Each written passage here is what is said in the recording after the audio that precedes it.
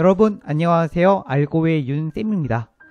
자, 앞에서는 3등급 이상은 수시 버리고 정시 준비해야 하는 게 맞다.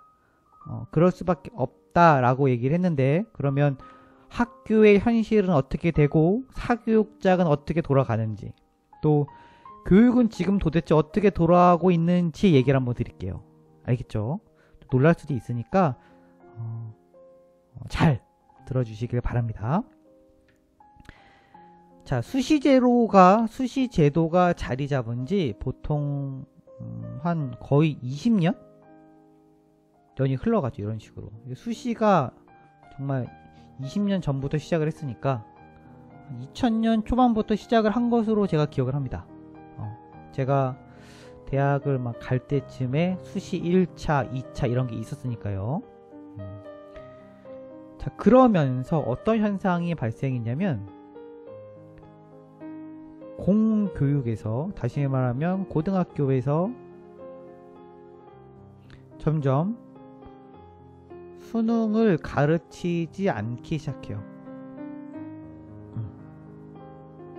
왜냐면은 수능을 가르쳐서 대학을 보낼 바에는 수시를 잘 만들어서 몇 명 대학교 보내는 게 낫다는 거죠. 1등급, 2등급 유학생들을. 그쵸? 또 어떤 식이 있냐면, 학교에서는 더 이상 공부를 강하게 시키지 않아요. 요즘에는 체벌이 없어졌죠? 체벌은 좋은 건 당연히 아니에요. 요즘에는 벌점으로 하죠. 그쵸? 또 어떤 현상이 발생해요? 교권이 떨어지고 있죠. 그쵸? 학생들이 사실 선생님 말을 정말 안 듣는 건 맞아요. 학교에서는 수능을 안 가르치고, 다시 말하면 공부를 잘 안 시킵니다. 이렇게. 요게 반복이거든요. 요게 20년이 이어져 온 거예요. 20년이.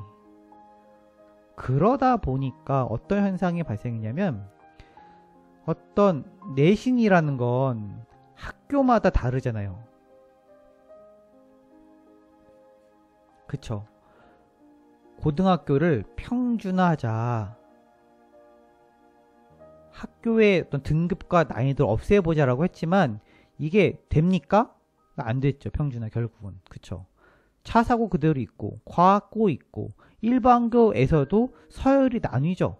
대학교에서는 그 자료가 당연히 있고, 없다고 하는데 사실 다 있죠. 어떻게 없어요? 데이터라는 게 있는데, 20년이 쌓였는데 없겠어요? 다 있죠. 평준화가 안 돼요. 대학교에서는 수시를 강조한다 하니까 어떻게 하죠? 최저를 올려버리죠. 이렇게.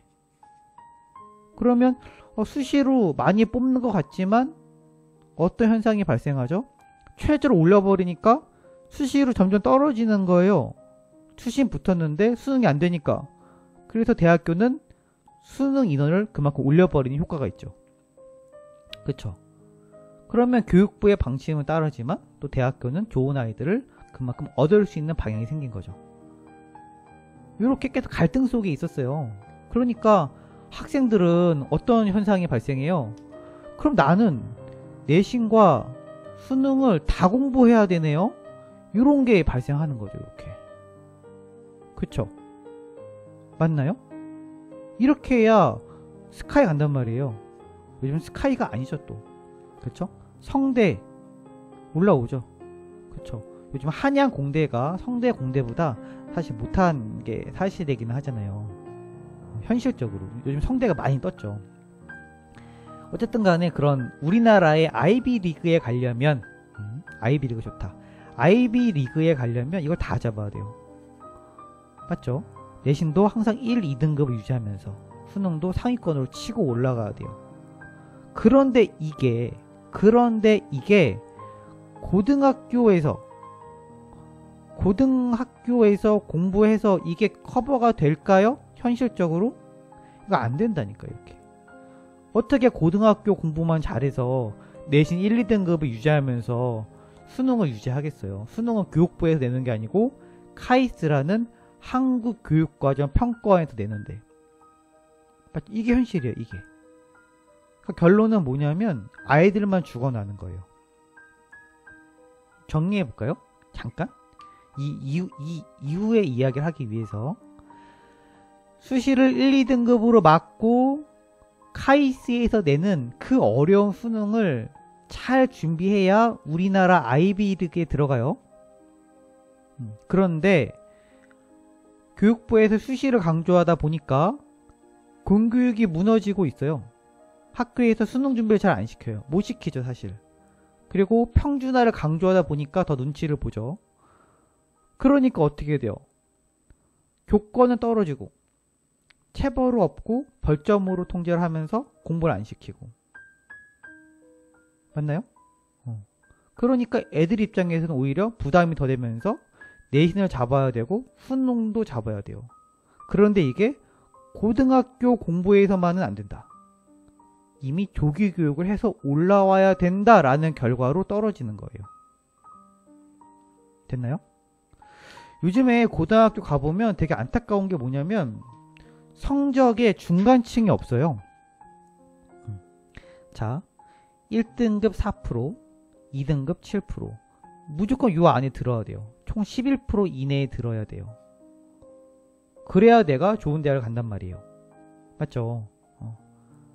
그러면 여기 안에 드는 아이들과 이 안에 못 드는 아이들의 학력 격차가 너무 심해요. 이 중간층이 없어요. 50명이면 잘하는 애 한 5명? 5명? 5명밖에 안 돼. 나머지 45명은 이 안에 절대 못 들어가요. 근데 결국 대학 가는 건 얘네들이야. 대학 가는 건. 그럼 얘네들은 어떻게 해요? 45명은.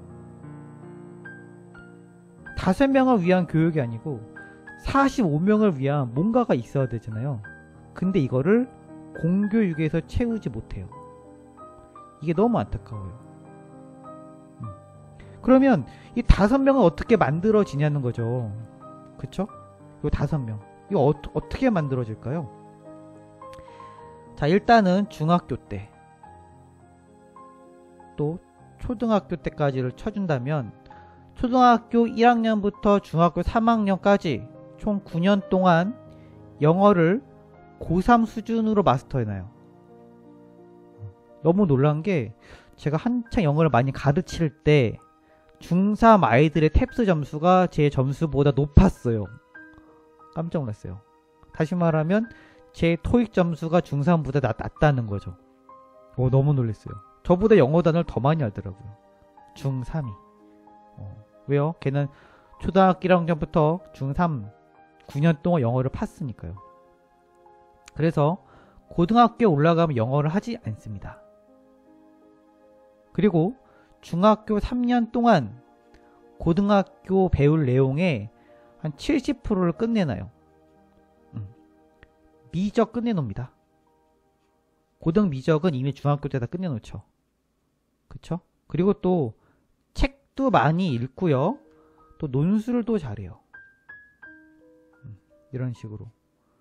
그러면 이 친구들은 고등학교 때 올라오면 무슨 공부할까요? 그냥 토의하고요. 학교에서 배우는 건 이미 다 알고요. 수학 못 배웠던 거 1학년 때 끝내고 1학년 때 수학을 끝냅니다. 1학년 때 수학을 끝내고 영어는 이미 들어오기 전에 끝났어요. 영어는 마스터했어요. 중학교 때. 그러면 고등학교 때 천천히 내신 챙기면서 그쵸? 국어 문제 풀면서 공식화 시키고 제가 많이 하는 거 더하기 또 탐구 좀 잡아주고 2년 동안 이러면 무난하게 우리나라의 아이비리그 갑니다. 스카이 가요.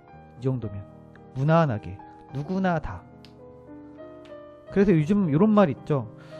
우리나라의 아이비리그를 가려면은 중학교 때 잘해야 되고 이때다 결판이 난다. 이렇게 하는 거예요. 왜? 이때 이만큼을 끝내놓으니까. 고등학교 공부에 70% 이상을 다 중학교 때 끝내놓고 와요. 요게 얘네들. 이게. 그러면 45명이 아무 열심히 한다고 해서 요 안으로 못 들어가잖아요. 그쵸? 학교에서는 요 친구들을 위한 내신 챙기기를 돌입해주고요. 맞나요? 교육이 요즘에 이렇게 이루어지고 있어요.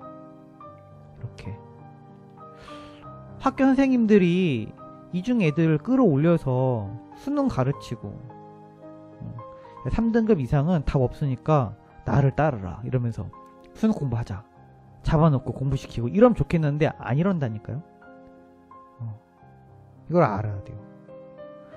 그러니까 이게 조기교육을 그럼 다 해야 되냐, 이런 스케줄로 가려면 조기교육을 해야 돼요. 근데 조기교육 하려면 어떻게 해야 돼요? 돈이 많이 들어가죠. 경제력이 있어야 되잖아요. 그렇죠? 경제력이. 그러니까 이게 너무 안타까운 거예요. 중산층 가정의 자녀들은 기본적으로 학력이 높아요. 공부를 잘하죠. 왜? 조기교육을 했으니까. 이게 너무 이게 좀 위험한 말이고 안타까운 말인데, 우리나라의 계층 간의 계층, 기득권, 이 기득권을 보호하는 장치가 어느 순간 교육이 돼버린 현실을 우린 지금 맞이했어요. 이게 현실적인 내용이에요. 5명은 챙기는데 45명은 어느 누구도 안 챙기는 지금의 교육의 현실을 우리는 보게 됐습니다. 맞나요? 오히려 이 내용을 우리 학부모님들은 모를 텐데 우리 친구들은 되게 잘 알 거예요. 그쵸? 왜냐면 직접 이거 겪고 있으니까. 그래서 저도 유튜브를 그냥 얼굴로 공개 안 하고 이렇게 손만 내비치고 해야 되겠다라는 이유 중에 하나가, 누군가 이런 교육을, 고액과의 영상을 좀 보길 바라면서, 누군가 찾는 사람은, 그래도 열심히 노력하는 사람은 교육의 기회, 정보의 기회가 똑같이 돌아가야 된다고 생각을 합니다. 그래서 내가 열심히 하려고 하는데 좀 뭐가 없어, 부족해. 그래도 이 사람한테는 기회는 줘야 되고 또 정보는 똑같이 줘야 되잖아요. 그쵸? 요즘은 너무 좋은 게 인강이 참 좋아요. 인터넷 강의가 잘 돼 있어요. 이게. 근데 문제는 인터넷 강의가 너무 좋은데 얘를 어떻게 써야 하는지를 몰라. 그래서 컨설팅을 많이 해줘야 돼요. 개인 코칭도 많이 해줘야 되고. 인강이란 좋은 재료가 있는데 그걸 어떻게 내가 써야 성적이 바로 나오고 어떤 수업을 들어야 나한테 가장 좋은지를 좀 선택해줄 필요는 있는 것 같아요. 우리 아이들한테. 재료는 있으니까. 그쵸? 그래서 지금 어쨌든 간에 요게 현실입니다. 그래서 이걸 좀 어떻게 바꿀 수 있을까 늘 생각을 해봐도 결론은 그냥 공부하는 사람은 또 계속 치고 올라가고 또 공정하게 기회를 삼고 열심히 하는 사람한테는 그래도 더 혜택을 주는 게 맞는 거라고 항상 생각이 들더라고요. 그래서 우리 학부모님들 또 우리 친구들 계속해서 공부 열심히 하면서 자기가 꿈을 꾸고 또 그 꿈에 해당되는 노력을 하면서 나중에 대학교도 가고 또 더욱더 성인이 되어서 자기가 원하는 일을 꼭 했으면 좋겠습니다. 알겠죠? 여러분들? 공부는 목표가 되면 안 되는 것 같아요. 공부는 목표를 이루기 위한 수단이 되어야 한다고 생각을 해요. 맞나요? 그래서 너무 공부하지 말고 먼저 꿈이 있고 그 꿈을 이루기 위해서 내가 공부를 해야만 돼 라고 했으면 좋겠어요. 목표가 정확해야 내가 노력을 해야 또 얻는 것도 정확하니까. 알겠죠? 여러분들? 자, 오늘은 그래서 지금 현재 상황이 어떤지 짧고 굵게 요약해서 이야기해 봤습니다. 자, 포기하지 말고 끝까지 열심히 하는 모두가 되기를 바라겠습니다. 그러면 여기까지 알고의 윤쌤이었습니다. 안녕!